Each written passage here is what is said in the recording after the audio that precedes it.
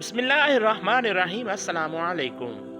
ربی بن سلمان کہتے ہیں میں حج کے لیے جا رہا تھا، میرے ساتھ میرے ساتھی بھی تھے۔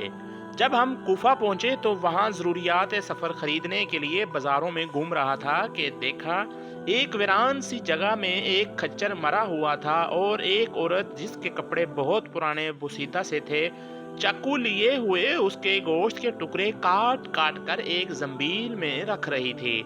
مجھے یہ خیال ہوا کہ یہ مردار گوشت لے جا رہی ہے، اس پر سکوت ہرگز نہیں کرنا چاہیے، شاید یہ عورت لوگوں کو یہی پکا کر کھلاتی ہو۔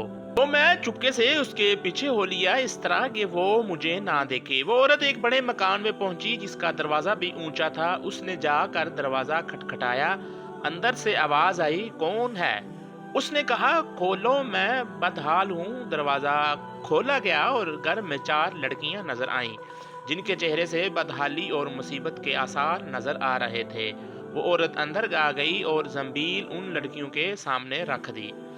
میں دروازوں کی نکروں سے جھانک رہا تھا کہ میں نے دیکھا اندر سے گھر بالکل برباد اور خالی تھا۔ اس عورت نے روتے ہوئے لڑکیوں سے کہا، اس کو پکارو اور اللہ کا شکر ادا کرو۔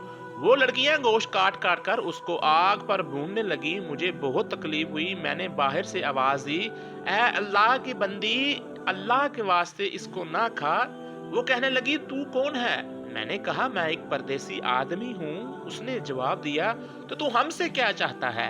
3 سال سے نہ ہمارا کوئی معین نہ کوئی مددگار، تو کیا چاہتا ہے؟ میں نے کہا، مجوسیوں کے ایک فرقے کے سوا مردار کا کھانا کسی مذہب میں جائز ہی نہیں۔ وہ کہنے لگی، ہم خاندان نبوت کے شریف سید ہیں۔ ان لڑکیوں کا باپ بڑا شریف آدمی تھا، وہ اپنے ہی جیسوں سے ان کا نکاح کرنا چاہتا تھا، لیکن نوبت نہ آئی، اس کا انتقال ہو گیا۔ جو ترکہ اس نے چھوڑا تھا وہ سب ختم ہو گیا۔ ہمیں معلوم ہے کہ مردار کھانا جائز نہیں، لیکن اضطرار میں جائز ہوتا ہے۔ ہمارا 4 دن کا فاقہ ہے۔ ربی کہتے ہیں اس کے حالات سن کر میں بے چین ہو گیا، اپنے ساتھیوں سے آ کر کہا، میرا تو حج کا ارادہ نہیں رہا۔ سب نے سمجھایا لیکن میں نے کسی کی نہیں سنی۔ میں نے اپنے کپڑے اور احرام کی چادریں اور جو سامان میرے ساتھ تھا وہ سب لے لیا، اور نقد 600 درہم تھے وہ لیے۔ ان میں سے 100 درہم کا آٹا خریدا، باقی درہم آٹے میں چھپا کر اس بڑھیا کے گھر پہنچایا، اور یہ سب سامان اور آٹا وغیرہ اس کو دے دیا۔ اس نے شکریہ ادا کیا اور کہنے لگی، اے ابن سلیمان، اللہ تیرے اگلے پیچھے گناہ معاف کرے، تجھے حج کا ثواب عطا کرے اور اپنی جنت میں تجھے جگہ عطا فرمائے اور ایسا بدلہ عطا فرمائے جو تجھے بھی ظاہر ہو جائے۔ نبی کہتے ہیں حج کا قافلہ روانہ ہو گیا۔ میں ان کے استقبال کے لیے کوفہ ہی رکا رہا تاکہ ان سے اپنے لیے دعا بھی کرواؤں۔ جب حجاج کا ایک قافلہ میری آنکھوں کے سامنے سے گزرا تو مجھے اپنے حج سے محروم رہ جانے پر بہت افسوس ہوا۔ رنج سے میرے آنسو نکل آئے۔ جب میں ان سے ملا تو میں نے کہا، اللہ تعالیٰ تمہارا حج قبول کرے اور تمہارے اخراجات کا تمہیں بدلہ عطا فرمائے۔ ان میں سے ایک نے کہا، یہ کیسی دعا ہے؟ میں نے کہا، اس شخص کی دعا جو دروازے تک کی حاضری سے محروم ہو۔ وہ کہنے لگے، بڑے تعجب کی بات ہے، اب تو اس سے بھی انکار کرتا ہے کہ تو ہمارے ساتھ عرفات کے میدان میں نہ تھا، تو نے ہمارے ساتھ رمی جمرات نہیں کی، تو نے ہمارے ساتھ طواف نہیں کیے۔ میں اپنے دل میں سوچنے لگا، یہ اللہ کا لطف ہے۔ اتنے میں میرے شہر کے حاجیوں کا قافلہ بھی آ گیا۔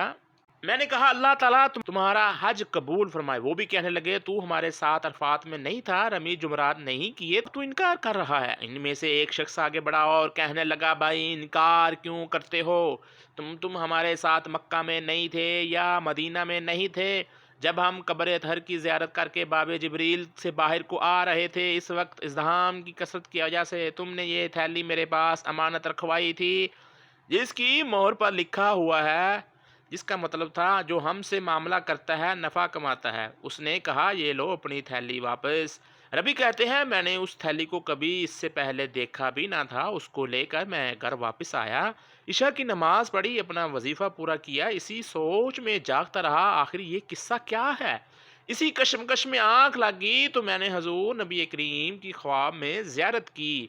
حضور نے تبسم فرماتے ہوئے ارشاد فرمایا، اے ربی، آخر ہم کتنے گواہ اس پر قائم کریں کہ تو نے حج کیا ہے؟ تو مانتا ہی نہیں۔